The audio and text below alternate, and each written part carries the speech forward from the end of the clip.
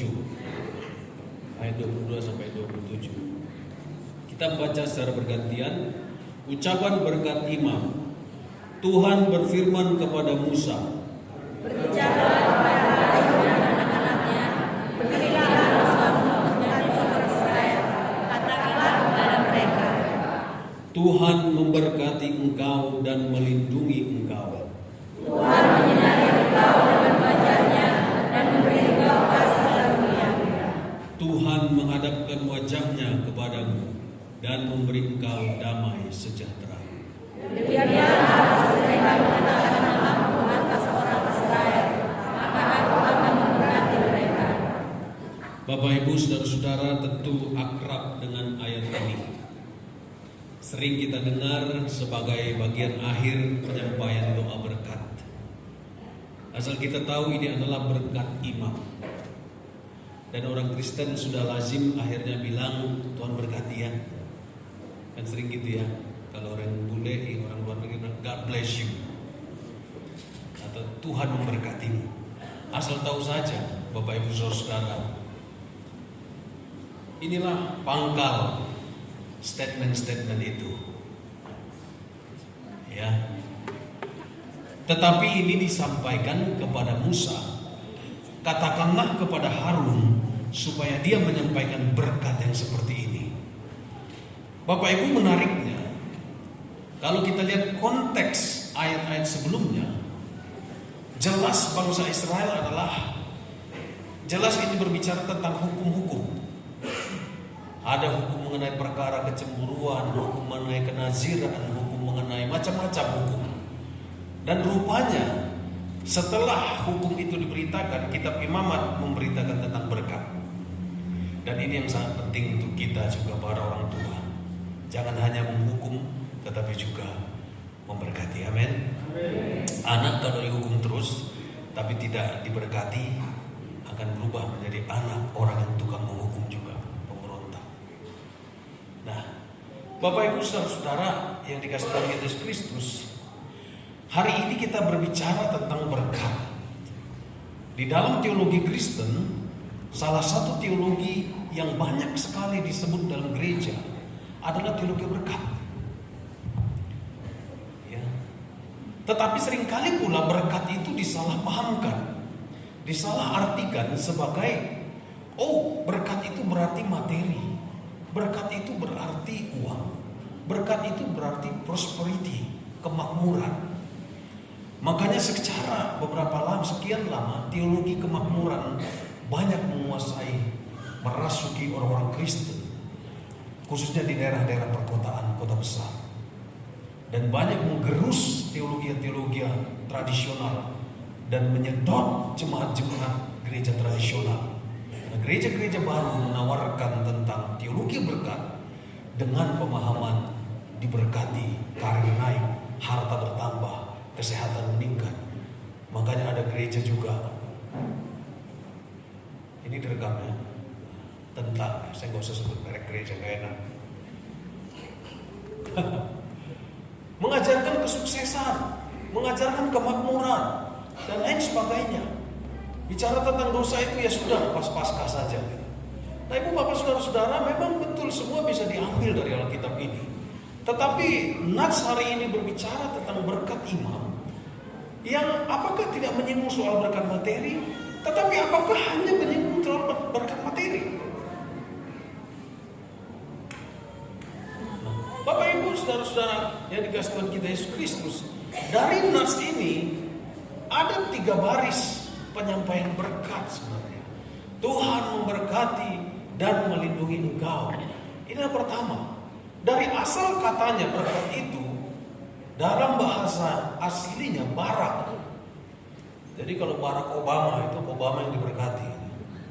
Kalau dalam bahasa Ibraninya barak, berkat itu barak. Artinya diberkati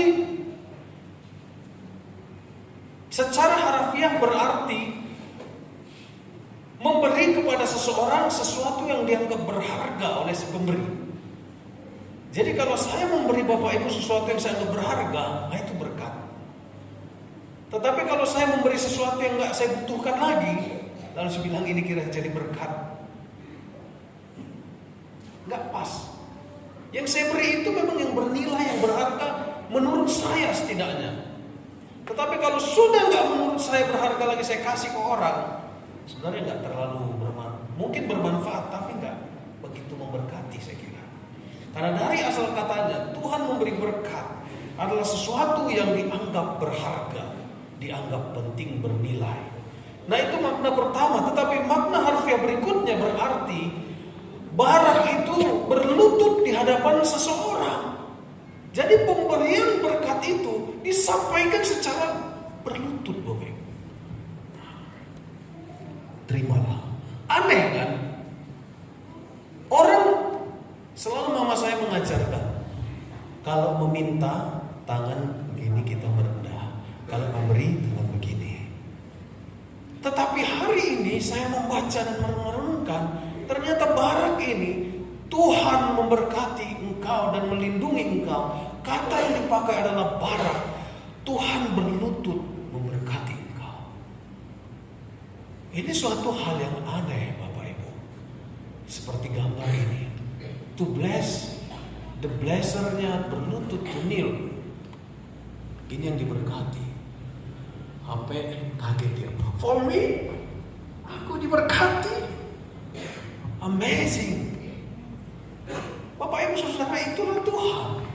Nah, ini gambarannya. Saya merenung dalam gambaran sederhana, membayangkan mama saya dulu menyuapi saya. Siapa anak kecil yang boleh maju ke sini? Andra, Khotma Andra sini depan. Sebentar, Pak. Hari ini saya mau memberkati Khotma Andra. Tos dulu. Khotma Andra. Nah, Bapak Ibu semua tahu dalam ilmu komunikasi seperti ini nggak bagus. Khotma Andra, bla bla bla bla gitu. Sudah makan belum? Gitu ya.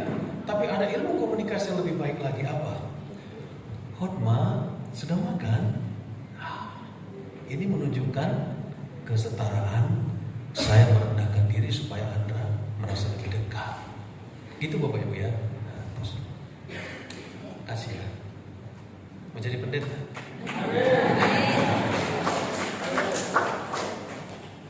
Bapak Ibu saudara, kayak gitulah Tuhan. Makanya dia merendahkan diri. Nanti next selanjutnya ya.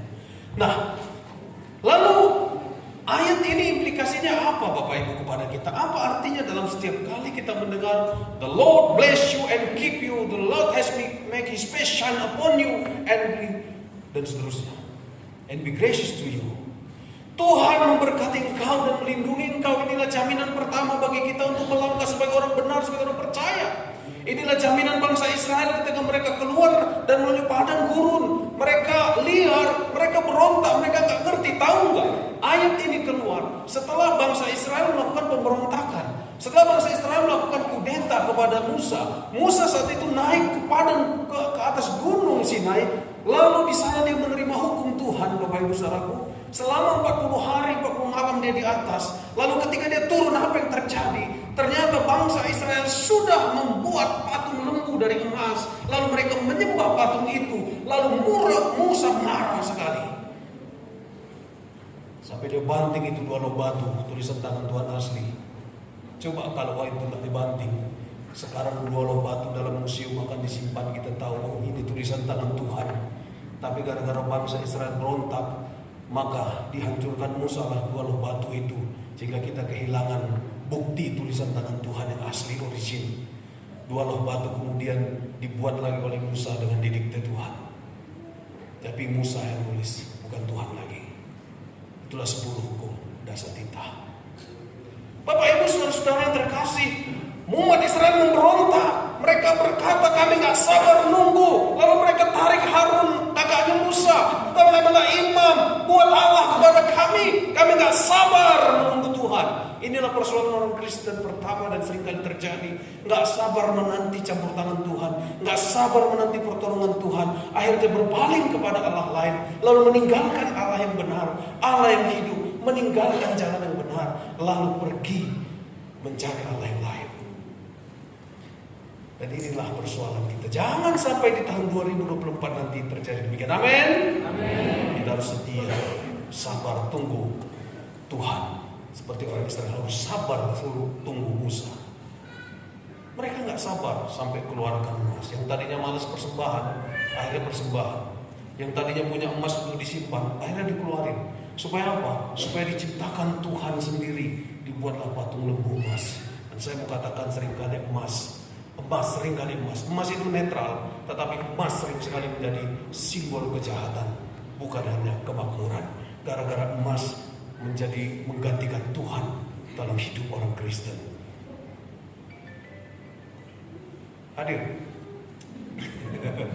Bapak Ibu Saudara, berlindunglah kepada Tuhan, bukan kepada kekayaan, bukan kepada emas, bukan kepada prosperity, kemakmuran. Kalau kita makmur, apa rupanya yang bisa bertahan? Dalam kekayaan, dalam kemakmuran, sudah sejauh mana rupanya bisa bertahan? Bukankah sekarang pun orang dalam berbisnis rasanya begitu gambling, sebentar dapat untung, sebentar dapat rugi. Siapa yang bisa menjamin?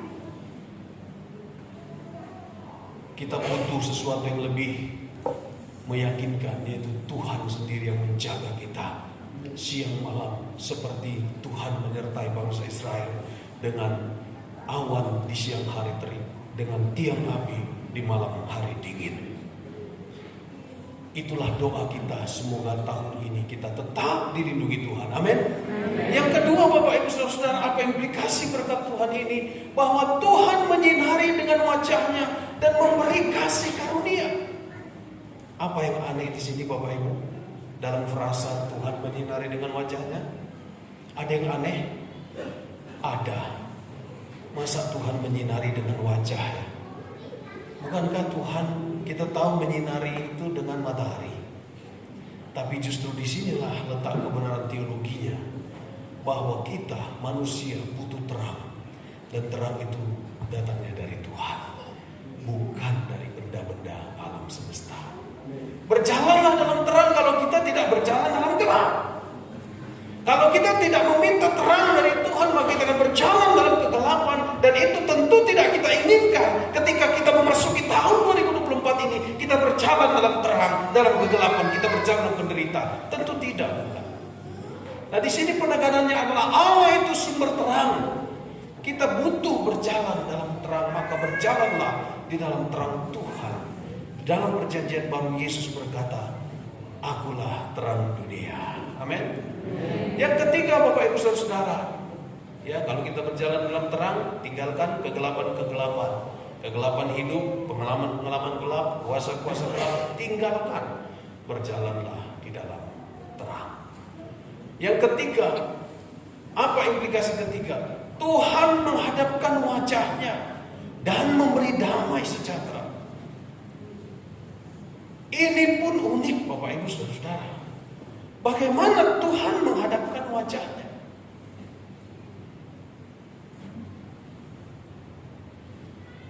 Kalau kita melihat wajah Tuhan, kita akan hangus, bukan? Tetapi ini menunjukkan bagaimana seorang raja, ya, setelah dia menyinari manusia, ia menghadapkan wajahnya kepada manusia lebih dekat lagi.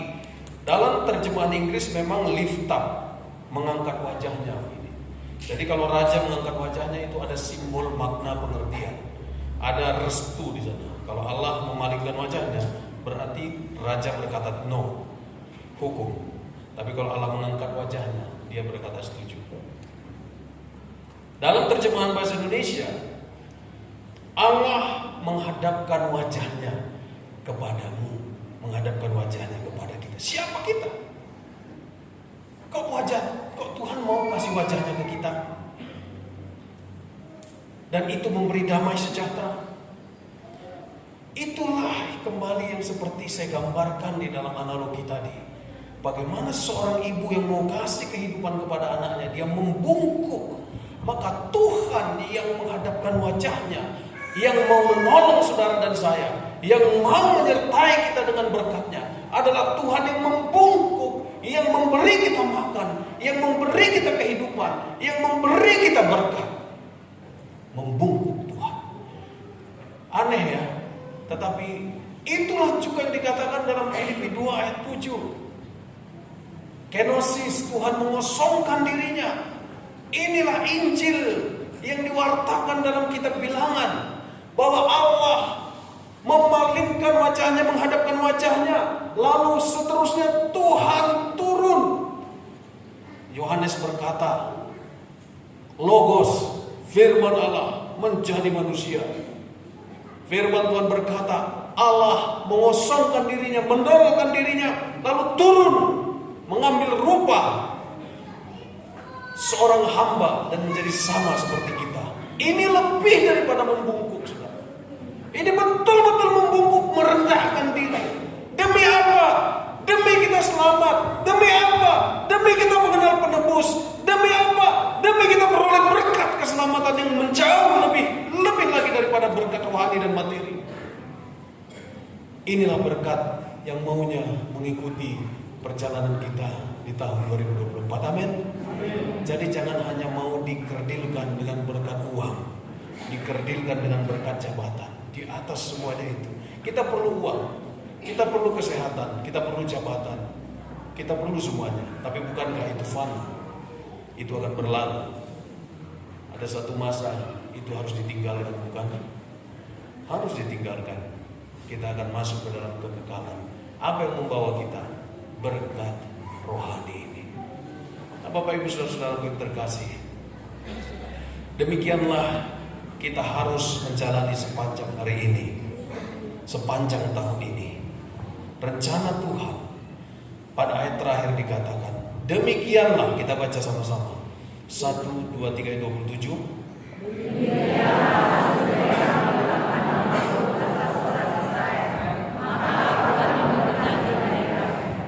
Nah, bawalah berkat ini dalam hidup kita, karena di dalamnya ada materai nama Tuhan.